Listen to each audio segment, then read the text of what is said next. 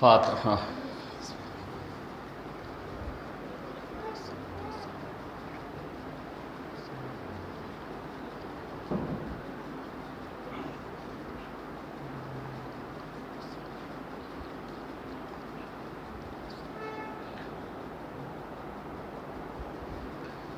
لا حول ولا قوة إلا بالله العلي العظيم. أعوذ بالله من الشيطان اللعين الرجيم. بسم الله الرحمن الرحيم. الحمد لله رب العالمين. الصلاة والسلام على شرف الأنبياء والمرسلين. وما أرسلناك إلا رحمة للعالمين. محبوب رب المشرقين ورب المغربين وجد الحسن والحسين المكي المدني القرشي الهاشمي المطلبي الأبتهي مولانا مقتدانا هادينا وناصرنا بالقاسم محمد.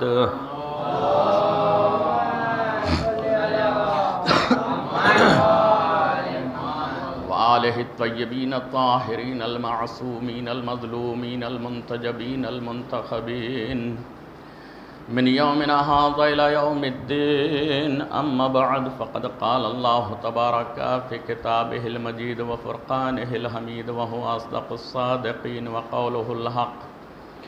بسم اللہ الرحمن الرحیم. ان علینا للہدی وان لنا للآخرۃ والأولی. صلوات.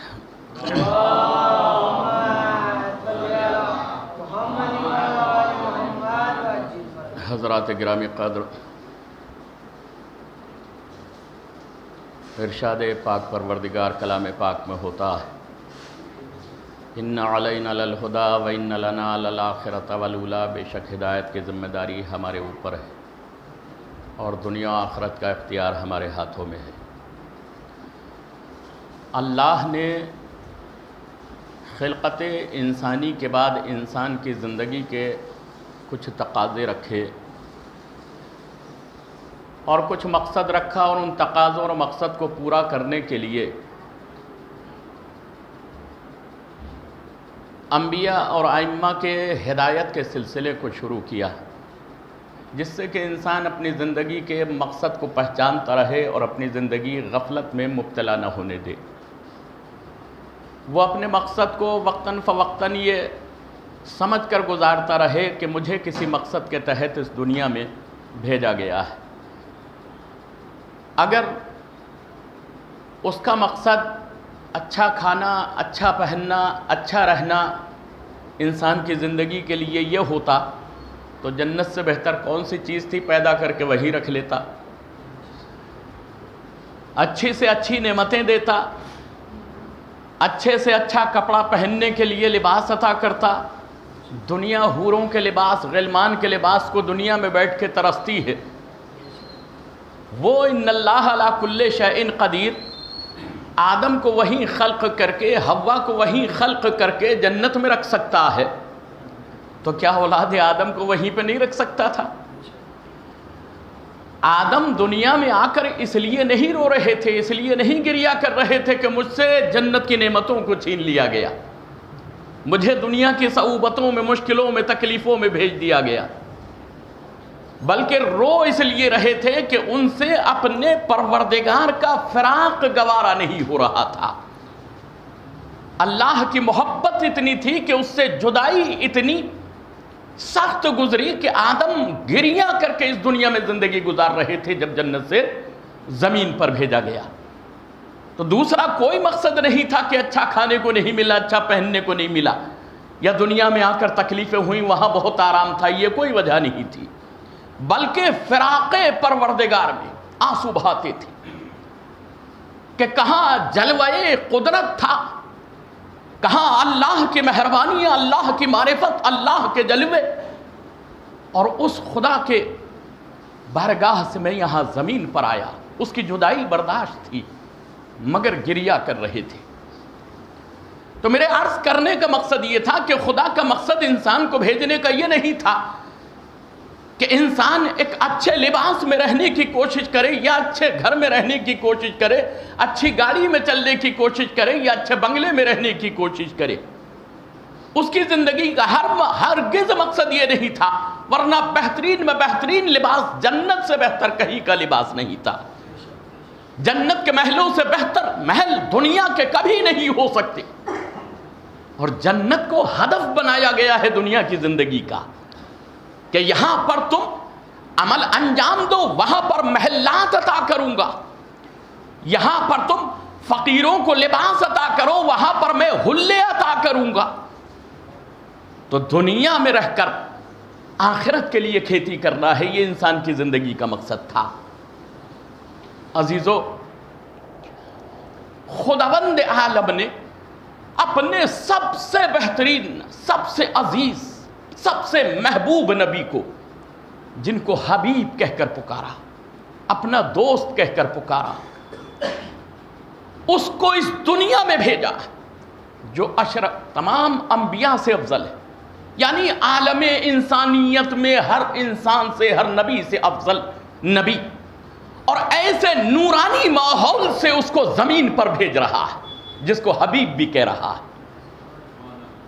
اپنے حبیب کو، اپنے محبوب کو، اپنے چاہنے والے کو ایسے نورانی ماحول سے نکال کر کانٹوں میں بھیج دینا، پتھر مارنے والوں کے درمیان میں بھیج دینا، تکلیفیں پہنچانے والوں کے درمیان میں بھیج دینا، کوئی بغیر مقصد کے نہیں تھا۔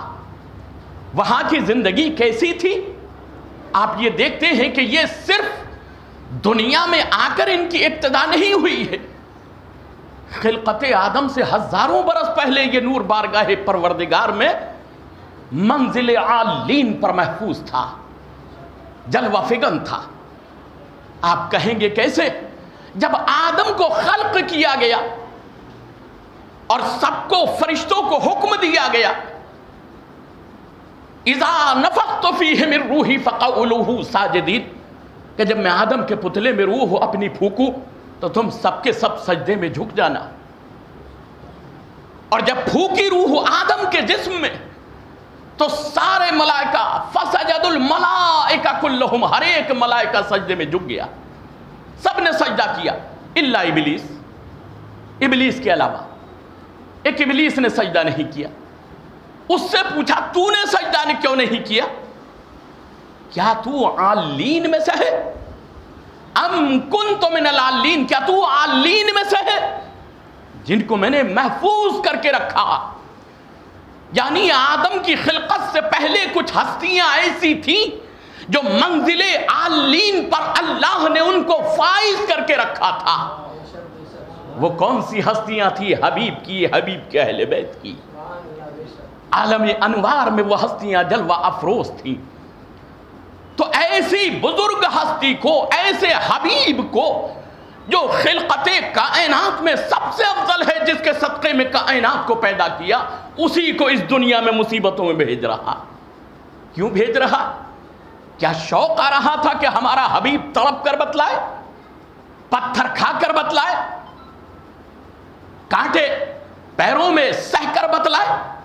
نہیں، ان کی زندگی کے لیے ایک مقصد تھا کہ انسان کو رہنمائی مل جائے، انسان کو ہدایت مل جائے، انسان بے رہنما نہ رہ جائے۔ انسان کی زندگی کے مقصد کے لیے ایسے حبیب کو اس دنیا میں بھیجا گیا جس کو حبیب کہہ کر پکارتا تھا۔ بہت آرام سے اور سکون سے میں آپ کو سمجھانے کی کوشش کر رہا ہوں کہ کسی صورت سے یہ تمام حیات زندگی اور دنیا کی اور دنیا ما فیہا کی سب کچھ حقیقت ہمیں پتہ چل جائے کہ یہ کس لیے ہے سب کچھ۔ تو یہ صرف انسان کے لیے، اپنے حبیب کی جدائی برداشت کی، انسان کی ہدایت کے لیے، ان کو نورانی ماحول سے نکال کر تکلیفوں میں درمیان میں بھیجا، انسان کی ہدایت اور رہنمائی کے لیے، ان کی تکلیفوں کو برداشت کیا، ان کی جدائی کو برداشت کیا، انسان کی ہدایت کے لیے۔ یہ تمام چیزیں صرف ہدایت انسانی کے لیے۔ اب دنیا میں آ گئے نبی، ہدایت ہو رہی، میں 3 دن سے مسلسل بتلا رہا، اخلاق کے ذریعے، کردار کے ذریعے، سیرت کے ذریعے پیغمبر نے انسانوں کو ہدایت کرنا شروع کی۔ اخلاق کے ذریعے سمجھایا، کردار کے ذریعے سمجھایا، سیرت کے ذریعے سمجھایا، تمام تر کوششیں رسول اسلام نے کی۔ مگر ایک چیز میں آپ کو یہیں پر روک کر عرض کرتا، مجلسوں میں کوئی نہ کوئی واقعہ یا کوئی نہ کوئی جملہ ایسا آ جاتا ہے کہ جس میں انسان کا ذہن فکر کرنے پہ مجبور ہو جاتا ہے، اس لیے کہ لاکھوں کتابیں اور ہر کتاب ہر مجتہد اور ہر عالم دین نے پڑھی بھی نہیں۔ اگر ہم نے 100 کتابیں پڑھی ہوں گی تو دوسری 1000 کتابیں نہیں پڑھی ہوں گی، مگر ہم یہ نہیں کہہ سکتے کہ ہم نے نہیں پڑھی یا نہیں سنی تو وہ ہے ہی نہیں، یہ نہیں کہہ سکتے۔ آپ دیکھیے گا، کل میں نے ایک جملہ نہیں مصائب پڑھے تھے جناب بریر حمدانی کے، بریر خضیر حمدانی۔ آپ مقتل سادات میں دیکھیں، وجہ کیا ہوتی ہے کہ ذاکرین کو اتنا ٹائم نہیں ملتا کہ 72 کے 72 شہیدوں کی شہادت پڑھی جائے۔ کتاب میں سب کچھ لکھا ہوا ہے، سب کی شہادتیں لکھی۔ آپ مصباح المجالس کا پہلا حصہ کھولیے کہ جس کتاب کے ذریعے سے علماء ذاکر بن گئے، خطیب بن گئے، اس میں جناب بریر کے مصائب یہ لکھے ہوئے۔ وہ کتاب میرے پاس موجود ہے مگر وطن میں، نیٹ پہ بھی وہ کتاب موجود ہے، مصباح المجالس۔ اس کے پہلے حصے میں جناب بریر حمدانی کے مصائب سارے اس طرح سے جس طرح سے میں نے پڑھے لکھے ہوئے۔ اب ایک سوال دوسرا ذہن میں آتا ہے، رات میں نے اخلاق رسول پر ایک واقعہ پڑھا جس میں یہ ذہن میں آتا ہے، میں نے یہ جملہ کہا، اس میں لکھا ہے کتاب میں، اور اس کتاب کا نام ہے نعیم الابرار کا پہلا حصہ۔ 4 جلدوں میں وہ کتاب موجود ہے، 4 کتابیں ہیں، 4 جلدیں۔ پہلی جلد میں اور لگ بھگ پہلی اور دوسری ہی مجلس میں اس میں یہ واقعہ لکھا ہوا ہے اخلاق مصطفیٰ پر، کہ جبرائیل آئے اور یہ کہا کہ دشمن قابو چڑھ چکا ہے، آپ اس کے لیے دعا مت کیجئے، بد دعا کیجئے، بہت پتھر مارے، بہت کانٹے بچھائے، مکہ چھوڑنے پر مجبور کر دیا آپ کو، آج قابو چڑھا، آج آپ کی حیثیت کا پتہ چلے گا۔ تو دماغ میں یہ فکر جاگتی ہے کیسے کیسے ہو سکتا ہے کہ رسول نے تو دعا کر دی اور جبرائیل منع کر رہا ہے، اللہ کا فرشتہ تھا۔ سوال ہوتا مگر اس کی کنڈیشن کو جاننا، اس کے بیک گراؤنڈ کو پہچاننا، یہ انسان کی فکرات کا ایک فریضہ ہوتا ہے۔ اب آپ کو میں بتلاؤں، کچھ ذریعے سے سمجھانا چاہتا، جناب یوسف کو جناب یوسف کے بھائیوں نے کنویں میں ڈال دیا، ادھر ڈالا ادھر حکم پروردگار ہوا جبرائیل کو، ادرک عبدی یوسفا، اے جبرائیل جلدی سے جا کر میرے بندے یوسف کی مدد کر۔ اب میں آپ سے پوچھتا ہوں، ایک آدمی کو کنویں میں ڈالا جا رہا ہے، اس کا وزن کافی ہوتا ہے، 60-70 کلو تو ہوتا، 60-70 کلو چھوڑیے، جناب یوسف اس وقت بچے تھے، 40-45 کلو 50 کلو کے درمیان یوسف نامے میں آپ نے دیکھا ہوگا، ماشاءاللہ صحت مند دکھائی دیتے، تو 45-50 کلو کا بھی بوجھ مانیں گے تو اگر ڈالا جائے کنویں میں تو کتنی دیر لگے گی پہنچنے میں تہ میں؟ سیکنڈ، 2 سیکنڈ، 3-4 سیکنڈ، اگر زیادہ گہرا ہوا۔ حکم کیا ہوا ڈالتے ہی؟ ادرک عبدی یوسفا، اے جبرائیل میرے یوسف میرے یوسف بندے کی مدد کرو۔ اب اتنا تو وقت بھی نہیں، حکم پروردگار تو ہو گیا۔ جبرائیل اگر یہ پوچھنے بیٹھے کہ کون سے ایریے میں ہے، کون سے علاقے میں ہے، کون سے کنویں میں ہے، ذرا بتلا دے، اس پہ جا کے بچا لوں گا، وہاں جا کر بچا لوں گا۔ اگر جواب دینے بیٹھے اتنے میں تو یوسف طے میں پہنچ جائیں، یوسف اپنی منزل پہ پہنچ جائیں جہاں ان کے بھائی پہنچانا چاہ رہے تھے۔ مگر جبرائیل کی حیثیت اور طاقت و قوت کا اندازہ کیجئے، ادھر حکم پروردگار ملا، اور ادھر چشمے زدن میں پوری دنیا کا چکر لگا کر خیابت الجب نامی کنویں میں پہنچے اور تہ میں یوسف کو پہنچنے سے پہلے اپنی پروں پر لے لیا، اپنے پروں پر لے لیا تو یوسف جبرائیل کے پروں پر آ گئے۔ عزیزان محترم، یہ حکم کا معاملہ تھا، اللہ نے جبرائیل کو حکم دیا تھا، اختیار نہیں دیا تھا کہ چاہے بچا لو چاہے نہ بچاؤ، بچ سکے تو بچا لو، نہیں، ادرک، مدد کر، اور اس کو بنایا ہی اس لیے گیا ہے۔ عزیزان محترم، تو اس نے بچا لیا، مگر یہاں حکم تھا، اختیار نہیں تھا۔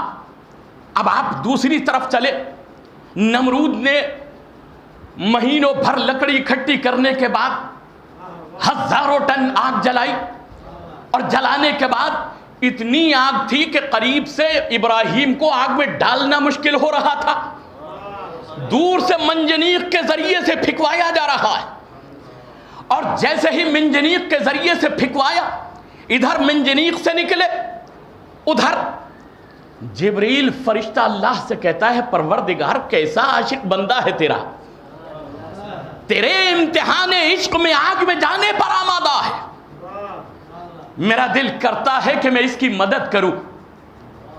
یہ جبرائیل خود کہہ رہے ہیں، اللہ نے جبرائیل سے نہیں کہا کہ ابراہیم کو بچا لے، مگر جبرائیل نے کہا کہ میں ان کی مدد کرنا چاہتا، کہا یہ عشق عاشق اور محبوب کا سلسلہ ہے،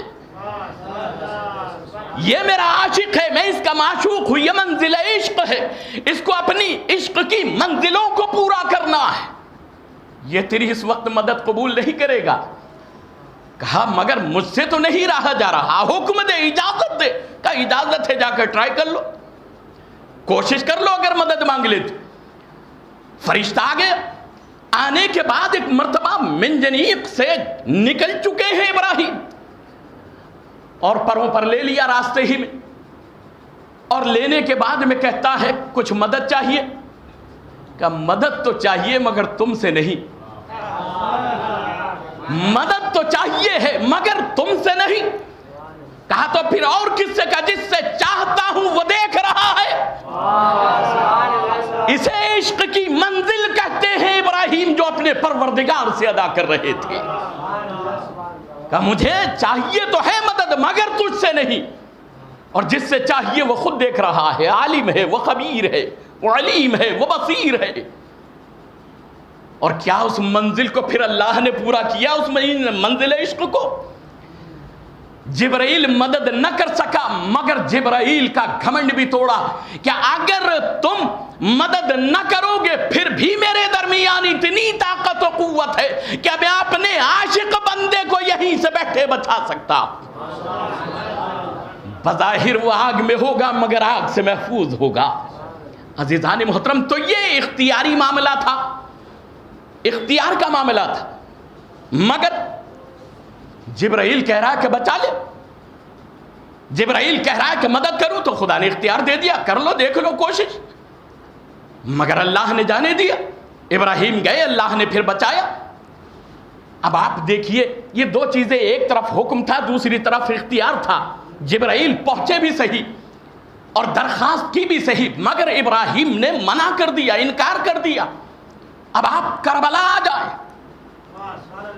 کربلا جب آئیں گے تو امام حسین جب رخصت آخر کر کے مدینے سے یعنی خیمے سے نکلے، بہن کو رخصت کر کے، بیویوں کو رخصت کر کے، تو مالی السبتین میں لکھا ہے، اس میں یہ لکھا ہے، ایک صحیفہ مولا کے ہاتھوں پر آیا، ایک کاغذ، اور اس میں یہ لکھا تھا کہ اے حسین، آپ کو اختیار دیتا، آپ کو اختیار دیتا اس بات کا کہ زمین پر آپ مختار ہیں، اس زمین کو حکم کریں، یہ زمین ابھی پھاٹ کر ساری فوجوں کو اپنے اندر نگل لے گی، سارے دشمن تباہ و برباد ہو جائیں گے، آپ کو اختیار ہے۔ یہ اختیاری معاملہ تھا، مگر حسین نے منزل عشق میں پورا اتر کے بتلایا کہ نہ میں فوج امت کی، نانا کی امت کو تباہ و برباد بھی نہیں دیکھنا چاہتا، میں اس زمین کو حکم کر کے اس کا نوالا اس مخلوق خدا کو بھی نہیں بننے دینا چاہتا، بلکہ اب مشکلیں میرے اوپر اتنی آسان ہو گئی کہ میں منزل عشق میں خود مکمل طریقے سے اترنا چاہتا ہوں۔ تو اب یہ اختیاری معاملہ تھا۔ ادھر دیکھیں کہ جبرائیل نے کیا کہا کہ آپ دعا کر سکتے، بس دعا کر سکتے ہیں، دعا نہ کیجئے۔ یہ ان کا اپنا مشورہ تھا، خدا کا حکم نہیں تھا۔ اور جناب مصطفیٰ نے اپنے اخلاق کا پیمانہ بتلایا کہ جبرائیل کے تصور میں بھی وہ کردار نہیں ہے جو کردار مصطفیٰ میں موجود تھا، کہ ابو سفیان کے لیے مکے کے مخلوق جو پتھر برسا رہی تھی ان کے لیے باران رحمت کی دعا کر دی۔ یہ ہستی کے کردار کا اندازہ کرانا، واقعے کو سامنے لانے کے لیے یہ تمام چیزیں ہوتی جس کے ذریعے سے مرتبہ مصطفیٰ معلوم ہو سکے کہ ان کا اخلاق کتنا بڑا تھا۔ اِنَّكَ لَعَلَىٰ خُلْقٍ عَظِيمٍ، بے شک ہے میرے حبیب تمہارا اخلاق بلندیوں پر فائز ہے۔ عزیزو، تو میں عرض یہ کر رہا تھا کہ ہدایت کے سلسلے میں کہ رسول نے اخلاق کے ذریعے سے، سیرت و کردار کے ذریعے سے تمام تر پیغام اسلام پہنچائے، انسان کو انسان کی زندگی جینے کا طریقہ سکھایا۔ سب نے جوا بھی چھوڑا، سب نے شرابیں پینا بھی چھوڑی، قافلوں کو لوٹنا بھی چھوڑا، زنا کرنا بھی چھوڑی۔ سارے عیب موجود تھے ان لوگوں میں، سارے عیب چھوڑ دیے کس کے؟ رسول کے کہنے میں آ کر۔ مگر سارا کام اخلاق کردار ہی کی وجہ سے نہیں ہوا۔ اگر یہ کام سارا ہوتا تو 40 سال کی عمر میں جب اعلان نبوت کیا تو اس سے پہلے لوگ ایمان لے آئے تھے، مگر ابھی دعوی ہی نہیں کیا رسالت کا۔ جب نبوت کا اعلان ہوا تو سارے کافر جمع ہو گئے۔ دیکھیے یہاں سے ابتدا کرتا ہوں میں اپنی مجلس کی کہ خداوند عالم نے ہر نبی کو معجزات دے کر بھیجے۔ نوح کو بھی معجزہ دیا، ابراہیم کو بھی معجزہ دیا، موسیٰ کو بھی معجزہ دیا، عیسیٰ کو بھی معجزہ دیا، داؤد کو بھی معجزہ دیا، شعیب کو بھی معجزہ دیا، سلیمان ابن داؤد کو بھی معجزہ دیا، خضر کو بھی معجزہ دیا، سب کو معجزے دیے۔ مگر ایک مخصوص بات یہ تھی، ایک معجزہ اللہ نے تمام نبیوں کے لیے مخصوص کر دیا خصوصی طور پر۔ وہ کیا تھا کہ ہر نبی کے ہاتھ کو معجزہ بنا دیا، ہر نبی کے ہاتھ کو جسمانی طور پر معجزہ بنا دیا۔ اب آپ سوال کرتے رہیے گا، ذہن میں سوچتے رہیے گا، نوح کے ہاتھ کو معجزہ بنا دیا، ابراہیم کے ہاتھ کو معجزہ بنا دیا، ابراہیم موسیٰ اور عیسیٰ کے ہاتھ کو معجزہ بنا دیا، خضر کے ہاتھ کو معجزہ بنا دیا، داؤد کے ہاتھ کو معجزہ بنا دیا۔ کیسے بنا دیا؟ نوح کے ہاتھ کو معجزہ مخصوص اس طرح سے بنایا کہ اب ہاتھ کا کمال یہ ہے معجزاتی طور پر کہ کشتی پر ہاتھ رکھ دے تو کشتی پانی پر تیرنا شروع ہو جاتی تھی، کشتی پر ہاتھ رکھ دے تو کشتی رک جاتی تھی، کشتی رک جاتی تھی۔ یہ نوح کا موقع تھا۔ ابراہیم کا کمال یہ تھا مخصوص جو اللہ نے ان کے ہاتھ کو معجزہ بنایا کہ ابراہیم، ایک صلوات بھیجئے محمد و آل محمد کو۔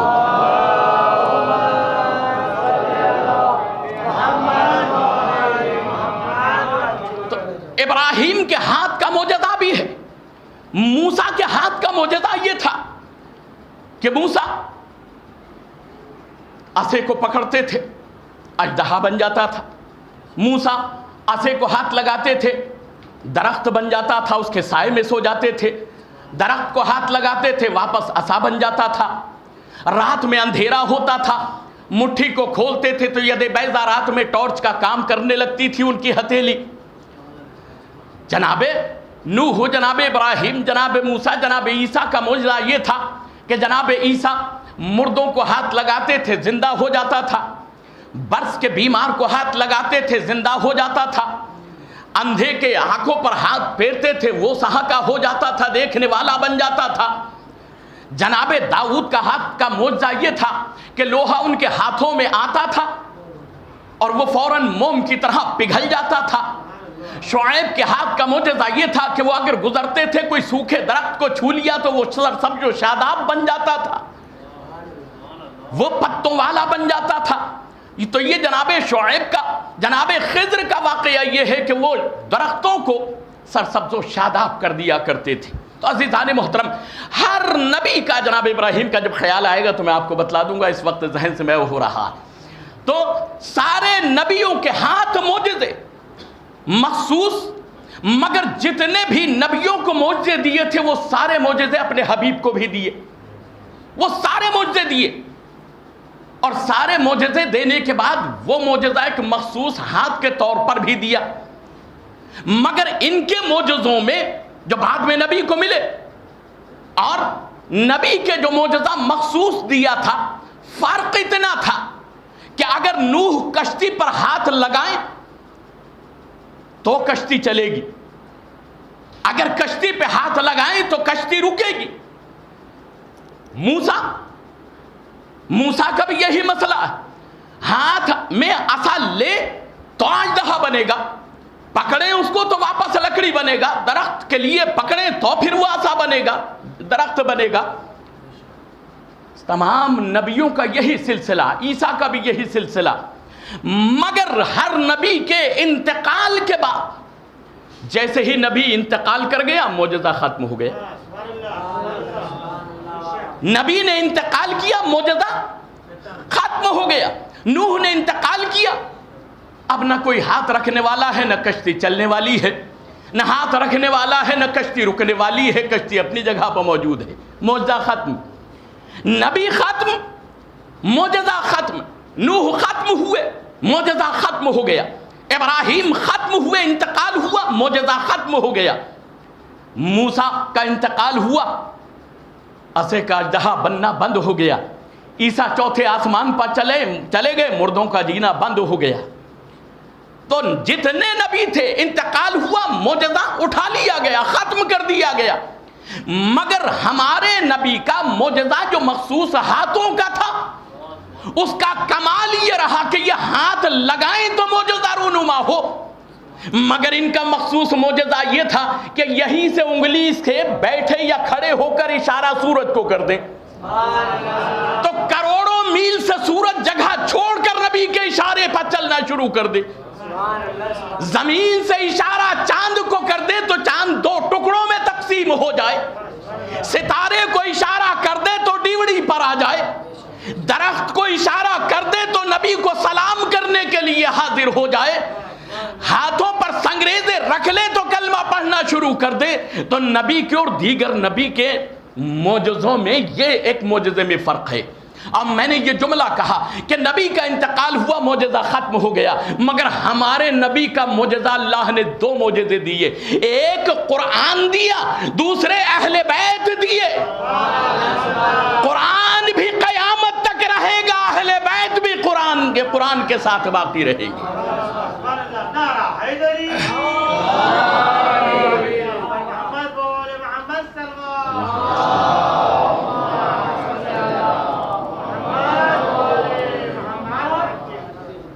کیوں؟ اس لیے کہ قرآن صامت ہے، اہل بیت قرآن ناطق ہے۔ صامت چیز جو ہوتی ہے، خاموش، وہ میراث ہوتی ہے، مالک اس کا بولنے والا ہوتا ہے۔ میراث اور ملکیت کا مالک بولنے والا ہوتا ہے، ملکیت خاموش ہوتی ہے۔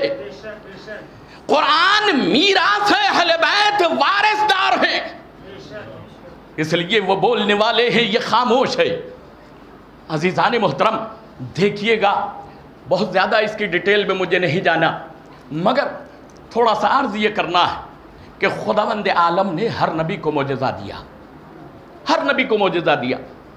کچھ معجزوں کا تذکرہ توریت و انجیل و زبور میں بھی موجود ہے، قرآن میں بھی ذکر کیا گیا۔ کچھ معجزے ایسے ہیں کہ جن کا تذکرہ صرف قرآن مجید میں ہے، توریت و انجیل و زبور میں نہیں۔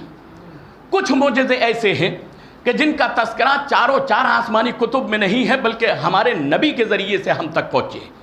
کچھ معجزے ایسے ہیں کہ جو اہل بیت علیہم السلام کے ذریعے سے ہم تک پہنچے.